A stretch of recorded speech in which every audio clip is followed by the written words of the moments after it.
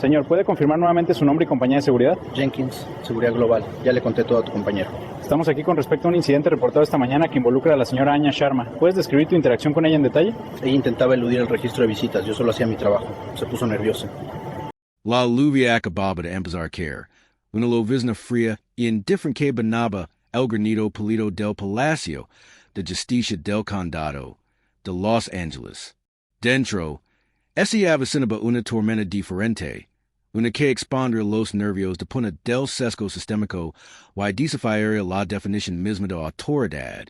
Esta es la historia de cómo una jornada laboral rutinaria se convirtió en una justicia público, un momento en el que la placa de un fiscal se enfrentó a la parcialidad de un guardia de seguridad, destrozando la ilusión de que los credentials por sí solas podían proteger a alguien de las indignidades del prejuicio. Hoy profundizamos en el inquietante caso del guardia de seguridad David Albright, una persona cuya conducta profesional se caracterizó durante años por un patrón de comportamiento sumamente preocupante. Según registros internos obtenidos mediante una solicitud amparada en la ley de libertad de información, Albright acumuló no menos de 11 quejas formales presentadas en su contra durante su trayectoria en Sentinel Solutions, la empresa de seguridad privada contratada por el condado. 11 quejas. Cada una detalaba casos de fuerza excesiva, abuso verbal o discriminación. Este no fue un incidente aislado. Fue un modus operandi profundamente arraigado. Su objetivo en ese fatídico día era la fiscal adjunta de distrito Lina Harmon, una mujer cuya vida había sido testimonio de una dedicación incansable y un profundo compromiso con la justicia. Su carrera jurídica, que abarcaba más de una década, estaba llena de elogios. Su nombre era sinónimo de integridad y una preparación meticulosa.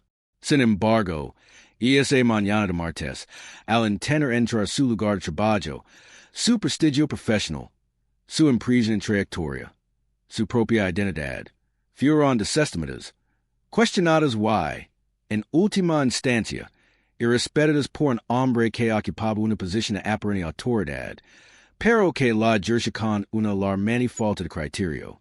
Antes de continuar, ¿desde dónde nos ves? Deja un comentario abajo y cuéntanoslo. Tu participación nos ayuda a llevar estas historias cruciales a un público más amplio, visibilizando las injusticias que persisten, incluso en los rincones más inesperados de nuestra sociedad. No se trata solo de un incidente. Se trata de los problemas generalizados que minan la confianza y erosionan los cimientos de la justicia para todos. Era martes 17 de octubre, poco después de las 8:30 de la mañana, el típico día fresco de otoño que a veces adorna el sur de California, un mercado con tres con la atención latente que pronto estelaria. Él era en el centro de Los Angeles on era fresco, con un ligero aroma a escape de gases y la promesa de un día agitado. Los viajeros southeast aperciben por Grand Avenue. Esos rostros eran un mosaico de determinación y cansancio matutino.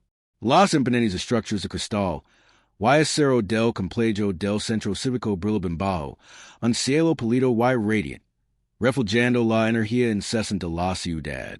Dentro de la imponente fachada del Palacio de Justicia del Condado de Los Angeles, la atmósfera solía ser de seriedad mesurada, un silencioso zumbido de procedimientos legales y trámites burocráticos.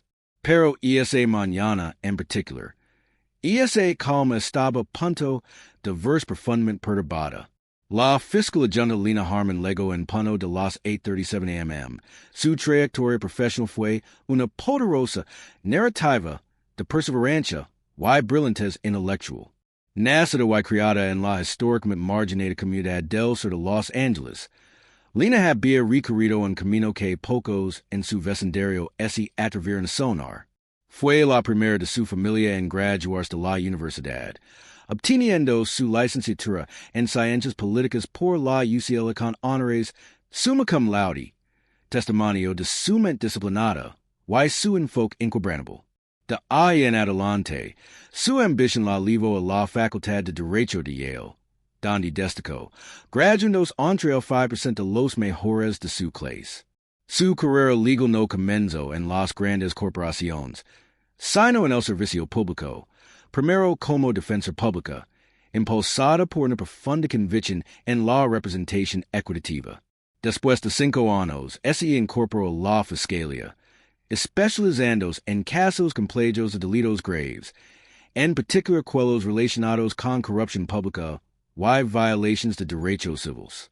Se había ganado su puesto, no por privilegios y connections, sino por puro mérito, esfuerzo incansable y una trayectoria impecable en el cumplimiento de la ley. Era conocida por su meticulosa atención al detalle, su agudamente jurídica y su inquebrantable serenidad bajo presión. Sus colegas la respetaban. Sus superiores confiaban en él y sus victorias judiciales se citaban a menudo en revistas jurídicas. Era, en todos los sentidos, un pilar de la comunidad jurídica. Luego estaba el guardia de seguridad David Albright. Su historial laboral, un oscuro contrapunto a la distinguida carrera de Harmon, pintaba una imagen inquietante de un individuo inadecuado para un puesto de confianza y autoridad pública. Las 11 denuncias en su contra no eran meras notas administrativas a pie de página. Eran vívidos relatos de un patrón de abuso. En abril de 2018, Albright fue citado por uso excesivo de la fuerza tras un incidente con un hombre sin hogar que buscaba refugio en el vestíbulo del juzgado. Según declaraciones de testigos y informes internos, Albright había empujado agresivamente al hombre, quien estaba claramente desorientado, causando la queda y una lesión leve en la cabeza. La investigación interna, un asunto superficial, concluyó con una advertencia por escrito, un tirón de orejas por una clara violación del protocolo. Tan solo 8 meses después, en diciembre de 2018, surgió otra denuncia, una madre latina, que intentaba entrar al juzgado con su padre anciano en silla de ruedas, para una audiencia en el tribunal de familia, denunció que Albright los había sometido a un registro innecesariamente prolongado y humillante, exigiendo la identificación en repetidas ocasiones, a pesar de llevar credenciales claras para visitantes del tribunal. Afirmó que Albright hizo comentarios despectivos sobre su incapacidad para hablar inglés con fluidez, a pesar de que su padre presentó una identificación válida de California. Una vez más, el resultado fue una mera sesión de asesoramiento, una respuesta inadecuada que entono a Albright en lugar de corregir su comportamiento. El patrón se consolidó a finales de 2019. Un abogado negro, que intentaba saltar la fila pública con su credencial de abogado, fue desafiado agresivamente por Albright, quien lo acusó de intentar colarse y mostró una identificación falsa. El abogado, un litigant experimentado, presentó con calma sus credentials, pero Albright intensificó la confrontación, exigiendo documentos de identidad secundarios y amenazando con llamar al Departamento de Policía de Los Angeles. Solo la intervención de un supervisor que pasaba por ali calmó la situación, pero no se tomaron medidas disciplinarias formales contra Albright, más allá de una nota en su expediente. Estos incidentes, entre otros, pintaron un panorama escalofriante consistente. Albright atacaba individuos basados en su supuesta vulnerabilidad, su origen racial o simplemente en su deseo de ejercer control, y sus empleadores, sin soluciones, no lo obligaron a render cuentas. El patrón era claro, una hoja de ruta hacia la confrontación que estaba a punto de desencadenarse. La llamada al despachador, según informes policiales posteriores, recibió a las 8:40 am. Provenía del propio guardia de seguridad David Albright. Su voz, con un tono de urgencia artificial, describía a un individuo no identificado que intentaba burlar la seguridad con credenciales sospechosas. Afirmó que el individuo no cooperaba y se negaba a cumplir las instrucciones legales. El operator del despachador, siguiendo el protocolo habitual, registró la llamada como un intento de violación de la seguridad, lo que elevó inmediatamente el nivel de amenaza percibida. Esta description initial, sesgado y aljada de la realidad, preparo el terreno para la escalada de la confrontación. Mientras tanto, la fiscal agente Lina Harmon, complemente a la narrativa que es ya sobre ella, es dedicada a su actividad machitina habitual. Se acercó a la entrada de empleados, un ritual familiar que había realizado miles de veces durante la última década. El fresco air matutino en la impregnable mientras buscaba su credencial oficial de empleada del condado, prendida con cuidado en su cordón. Era una identificación estándar, con su fotografía, nombre, cargo while sea oficial de la Fiscalía del Condado de Los Angeles. La extendió, lista para escanearla, con la menu preparada para la agenda del día.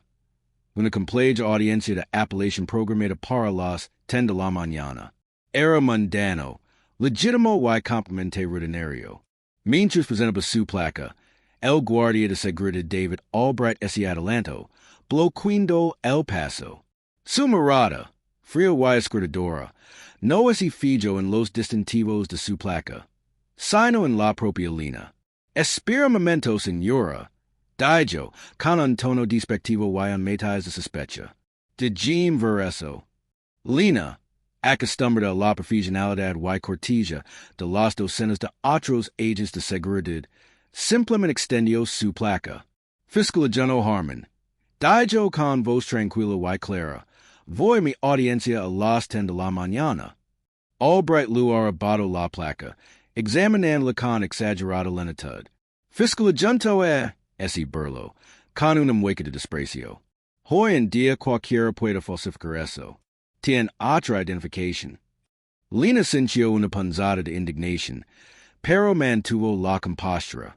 Mi placa y es mi identificación oficial, Señor Albright. La he usado aquí durante años. Buscó en su bolso su licencia de conducir, aunque sabía que no era necesaria para entrar al juzgado. Deberían los oficiales verificar las credenciales con un escrutinio exhaustivo basándose en sus prejuicios personales, o debería batar la identificación oficial para entrar en una instalación segura para el personal autorizado. Esta pregunta, ontachita, flotaba en el aire, como testimonio de lo absurdo de la situación. Antes de que pudiera mostrar su licencia de conducir, Albright negó con la cabeza, apartando la placa sin entregársela. No, eso no voy servir. Me suena, pero no es parece ningún fiscal del distrito que haya visto por aquí. Tiene que pesar por la entrada pública y obtener un pase de visitante. Sus palabras fueron un ataque directo a su identidad profesional, un acto deliberado de invalidación. La paciencia de Lina empezó a agotarse. Soy la fiscal agente Lina Harmon. Mi nombre está en la lista de espera. Tengo una audiencia en menos de una hora. Soy empleado de este edificio. Su voz, todavía controlada, ahora tenía un matiz de firme autoridad. Albright, sin embargo, parecía disfrutar de la confrontación. Mira igual quien diga ser, señora. No me voy a pesar con esa identificación falsa. El intercambio rápido atrajo la atención de otros empleados del juzgado y de algunos madrugadores. Empezaron a correr rumores. Los teléfonos empezaron a salir solamente de sus bolsillos, grabando el drama que se desarrollaba. Una pequeña multitud empezó a congregarse, con rostros que mezclaban confusión y preocupación. Y es fiscal del distrito, la he visto, murmuró alguien. Otra voz añadió, ¿qué le pasa? Albright, envalentonado por el creciente público, hinchó el pecho. Escuch, puede quedarse aquí todo el día, pero no voy a entrar.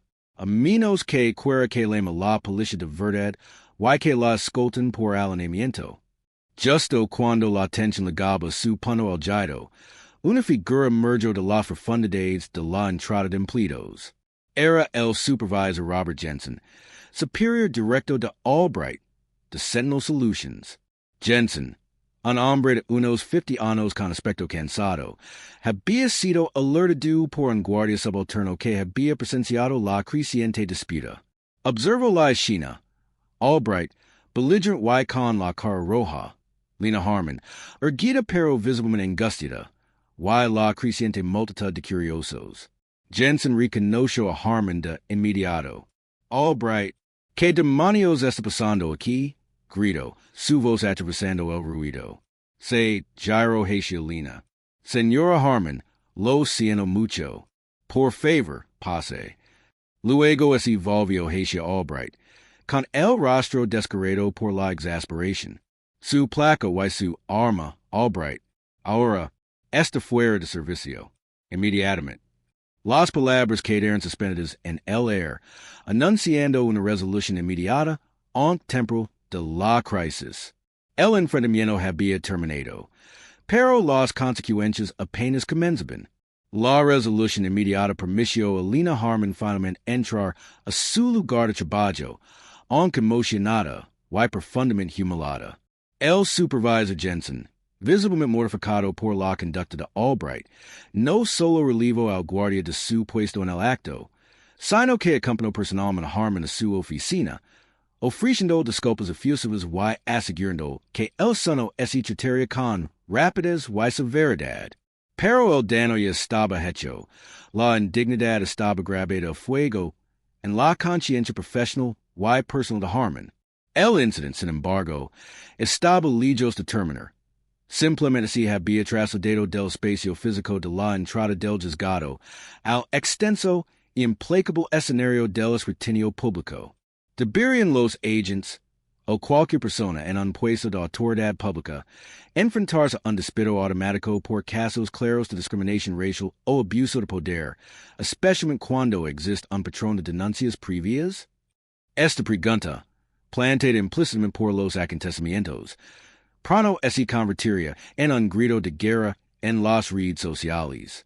Porque, sin que Albright, en siquiera el supervisor Jensen lo supieron inmediatamente después, se había grabado todo el enfrentamiento, múltiples ángulos, desde distintos teléfonos celulares, documentaron la postura agresiva de Albright, su tono despectivo y su rotunda negativa a reconocer las credentials de Lena Harmon. Un video particularmente comprometido, grabado por un paciente que esperaba a un colega, mostraba a Albright declarando explícitamente: cualquiera puede falsificar eso mientras señalaba con desdén la placa de Harmon, seguido de su amenaza de llamar a la policía de verdad. La paciente, una joven llamada Maya Rodríguez, publicó el video en su cuenta de Twitter a las 9:15 am. Con el siguiente texto: Guardia de seguridad del juzgado del condado de Los Ángeles acosando a un fiscal afroamericano. Esto es una locura. El video fue un éxito rotundo. En una hora había acumulado más de 50,000 visualizations. Al mediodía había sido retuiteado por destacados activistas de derechos civiles, comentaristas legales y presentadores de noticias locales.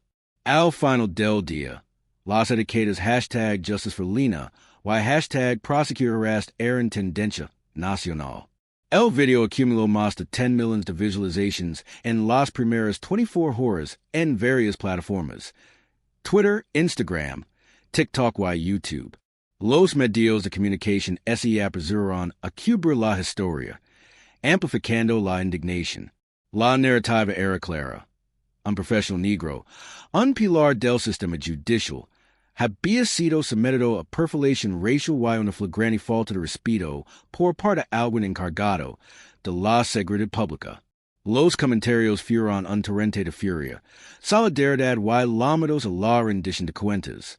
La gente compartió sus propias experiencias de tratos similares, entrelazando la historia de Harmon con un tapiz más amplio y doloroso de racismo cotidiano. Las respuestas institucionales fueron rápidas, aunque inicialmente defensivas. Sentinel Solutions, la empresa de seguridad privada, emitió un comunicado estándar expresando su arrepentimiento y permitiendo una investigación interna exhaustiva. Sin embargo, la Fiscalía del Condado de Los Ángeles adoptó una postura mucho más firme. La fiscal Eleanor Vance, jefa de Lena Harmon, condenó públicamente las acciones de Albright, calificándolas de una flagrante afrenta a la justicia, y el profesionalismo, y permitiendo apoyo a Harmon en todo lo posible. En cuestión de días, Lina Harmon, representada por el prestigioso bufete de abogados especializado en derechos civiles Miller and Associates, presentó una demanda histórica. La demanda, que exige una indemnización de $7 millones, incluía a David Albright y Sentinel Solutions como demandados. Las acusaciones específicas eran extensas: discrimination racial, angustia emotional intentional, privación illegal de la libertad, debido a que Albright le impidió la entrada, y negligencia por parte de Sentinel Solutions al no capacitar supervisor en disciplinar adecuadamente a Albright, a pesar de su bien documentado historial de mala conducta. La demanda detalaba meticulosamente las 11 quejas previas de Albright, presentando una imagen deplorable de una empresa que había ignorado repetidamente las señales de advertencia. Argumentaba que Sentinel Solutions había creado un entorno donde dicho comportamiento discriminatorio no solo es tolerable, sino que es fomentaba implícitamente mediante la falta de una rendición de cuentas significativa. La momento, con el video dominando los titulares y el debate público, Sentinel Solutions se encontró en una posición insostenible. En una crisis de relaciones públicas, la amenaza de perder lucrativos contratos del condado, y la evidencia innegable del patrón comportamiento de Albright, la empresa inició una mediación. El 28 de noviembre, menos de 6 semanas después del incidente, se llegó a un acuerdo. Sentinel Solutions acordó pagar a Lina Harmon la asombrosa suma de $7 millones. En ese momento, fue el acuerdo más cuantioso de la historia por un solo incidente de discriminación racial y acoso que involucraba a un guardia de seguridad privado contratado por una entidad pública. El acuerdo envió un mensaje claro y inequívoco. El caso de no aborda los prejuicios y la negligencia corporativa sería inmenso. En cuanto a David Albright, su destino estaba sellado incluso antes del acuerdo. La suspensión inmediata del supervisor Jensen fue seguida por una investigación interna formal que revisó minuciosamente todo su historial disciplinario. El 25 de octubre, una semana después del incidente, David Albright recibió su carta de despido. Esta decía, en parte, su conducta el 17 de octubre de 2023, involucrando a la fiscal agente Lina Harmon, junto con su historial documentado de mala conducta profesional y infracciones a la política de la empresa, demuestra una incapacidad fundamental para desempeñar sus funciones como agente de seguridad con la profesionalidad y el respeto necesarios por el público al que servimos. Con efecto inmediato, su empleo en Sentinel Solutions queda despedido con causa justificada. Además, Sentinel Solutions, bajo prisión del condado, solicitó la revocación de la licencia de Guardia de Seguridad Estatal de Albright, poniendo fin así a su carrera en seguridad privada. Por fin así había hecho justicia para Albright. El testimonio de Lina Harmon, presentado con serena firmeza durante una conferencia de prensa tras el anuncio del acuerdo, resonó profundamente, de pie en una multitud de cámaras y micrófonos, con voz firme, articuló el profundo impacto del incidente. Si esto me puede pesarme, comienzo, recorriendo con la mirada la sala, una mujer negra con títulos universitarios, una década de servicio público y credentials oficiales. ¿Qué esperanza les ofrecimos a quienes no cuentan con mi plataforma, mi representación legal en mi voz? ¿Qué mensaje transmite esto a los jóvenes negros que aspiran carreras en derecho en el servicio público, en cualquier campo donde la autoridad a menudo la ejercen quienes albergan prejuicios descontrolados? Sus palabras no se refieren solo a ella. Eran una poderosa crítica a un sistema que permite que tales prejuicios se propaguen. Esto no fue solo una incomodidad, fue una experiencia profundamente deshumanizante, un duro recordatorio de que, por mucho que logremos, por muchas barreras que rompemos, la sombra del sesgo racial aún puede extenderse y entender menoscabarnos. Hizo hincapié en el desgaste emocional, la erosión de la confianza, y la constant carga, de tener que demostrar la propia legitimidad en espacios donde debería ser inherente. Su testimonio no fue solo un relato personal. Fue un llamado a la acción para un cambio sistémico, una exigencia de rendición de cuentas que se extendió mucho más allá de un guardia de seguridad. Debería un incidente de esta magnitud, que expone un patrón claro de fallos sistémicos y mala conducta individual, desencadenar una investigación federal sobre las prácticas de contratación, capacitación y supervisión de los contratistas de seguridad en instituciones públicas de todo el país. Esta era la pregunta que rondaba la mente de muchos, un llamado a un escrutinio más amplio. Las conclusiones del Departamento, publicadas por la Junta de Supervisors del Condado de Los Angeles, fueron contundentes. La investigación sobre Sentinel Solutions reveló una impactante litania de fallos sistémicos. Su preciso anuncio de revisión de quejas resultó ser lamentablemente inadecuado, caracterizado por investigaciones superficiales, escasas medidas disciplinarias y una cultura que priorizaba la evasión de responsabilidades sobre la rendición de cuentas genuina. Los protocolos de capacitación para la desescalada, la sensibilidad cultural y el reconocimiento de credentials officials eran superficiales y rara vez se actualizaban. Existe una evidente falta de diversidad dentro de los niveles de supervisión de Sentinel, lo que contribuye a un punto ciego respecto al comportamiento discriminatorio.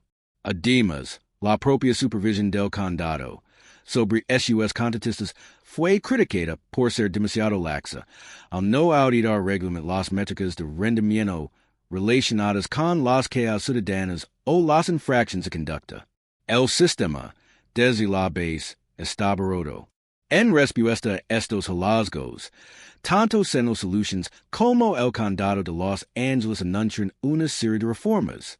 Sentinel Solutions en la amenaza real de perder todos SUS contratos con el condado, ese compromiso a una reestructuración completa de su división de asuntos internos, implementando una nueva junta de revisión independiente para todas las quejas ciudadanas.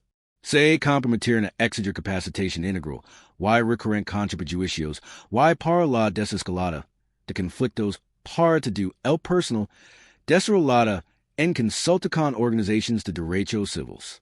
También anuncian una inversión significativa en la diversificación de su fuerza laboral y personal de supervisión. El condado, por su parte, ese compromiso a implementar mecanismos de supervisión más estrictos para todos los servicios de seguridad contratados, incluyendo auditorías periódicas de desempeño, la presentación pública de datos sobre quejas y una política de 3 strikes para los contratistas cuyos empleados acumulan un patrón de mala conducta comprobada. Estas reformas, bien recibidas, fueron consideradas por muchos como algo muy esperado, consecuencia directa de la presión pública, más que de una gobernanza proactiva. Este caso de la fiscal Lina Harmon y el guardia de seguridad David Albright es un duro y incómodo recordatorio de una verdad sistémica más amplia, que el sesgo, no se controla, puede invalidar incluso la evidencia más clara de identidad y autoridad. Ilustra cómo los puestos de poder, incluso aquellos aparentemente insignificantes como un guardia de seguridad en la entrada de un juzgado, pueden ser instrumentalizados por el prejuicio, erosionando la confianza y infligiendo un daño profundo. Las consecuencias para Albright fueron graves. Despido y revocación de la certificación. Para Sentinel Solutions, representa un acuerdo de $7 millones y un mandato público de reforma. Para Lina Harmon, fue una victoria, pero una victoria nacida de una experiencia profundamente dolorosa, una victoria que pone de relieve la vigilancia constante que requiere para combatir la injusticia. ¿Qué cambia ahora?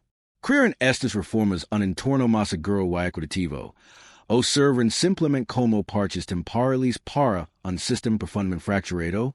El reto que tenemos en nosotros es garantizar que las lecciones aprendidas de este incidente se traduzcan en un cambio duradero y significativo. Debemos exigir que las instituciones no solo anuncien reformas, sino que los implementen, y supervisen rigurosamente. Debemos exigir quienes ocupen puestos de autoridad, y son públicos o privados, los más altos estándares de conducta, y rendición de cuentas. Que propuesta de política cree que sería más eficaz para prevenir incidentes similares de discriminación y acoso por parte del personal de seguridad o funcionarios públicos? Comparta sus ideas en los comentarios. No cesaremos en la búsqueda de estas historias, porque son más que simples incidentes aislados. Son hilos de un entramado más amplio de injusticia que exigen nuestra atención, nuestra indignación y nuestra acción colectiva. Se trata de Lina Harmon. Sí, pero se trata de todos nosotros, y de la lucha por una sociedad donde la dignidad y el respeto no son privilegios, sino derechos fundamentales.